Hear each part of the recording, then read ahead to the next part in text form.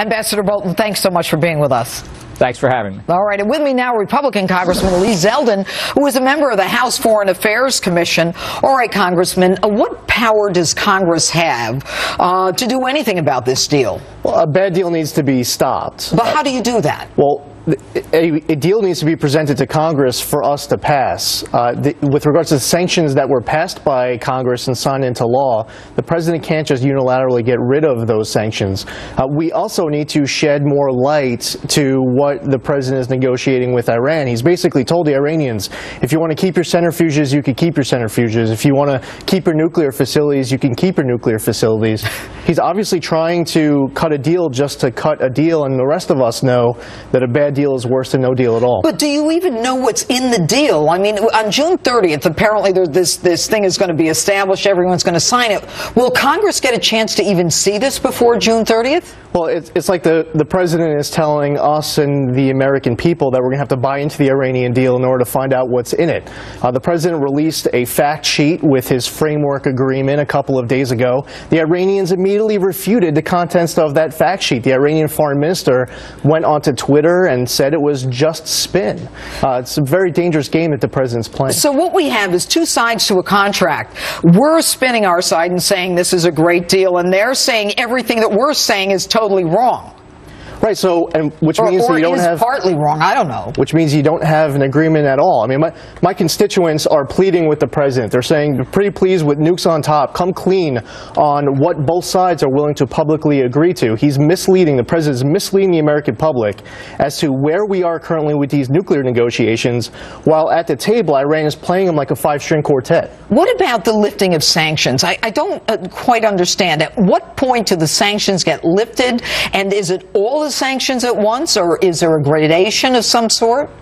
Well, the president is going to try to unilaterally get rid of sanctions that were passed by Congress on his own. We don't know exactly. Oh, the pen and the phone thing? Well, right, because the president thinks of himself as a monarch. He is not only the president, but he is Congress too in his mind.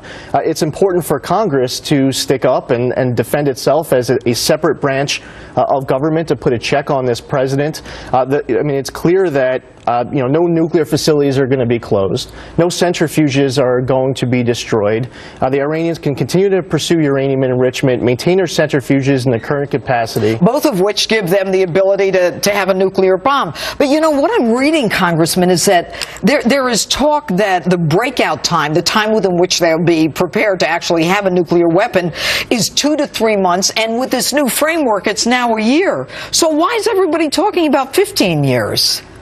Well, the Iranians are, I mean, as Prime Minister Netanyahu said when he spoke to the joint session of Congress, that the Iranians look at a year or 2 months or 15 years in the life of a country as so much longer. So as the ambassador just said, the nuclear infrastructure is going to remain intact.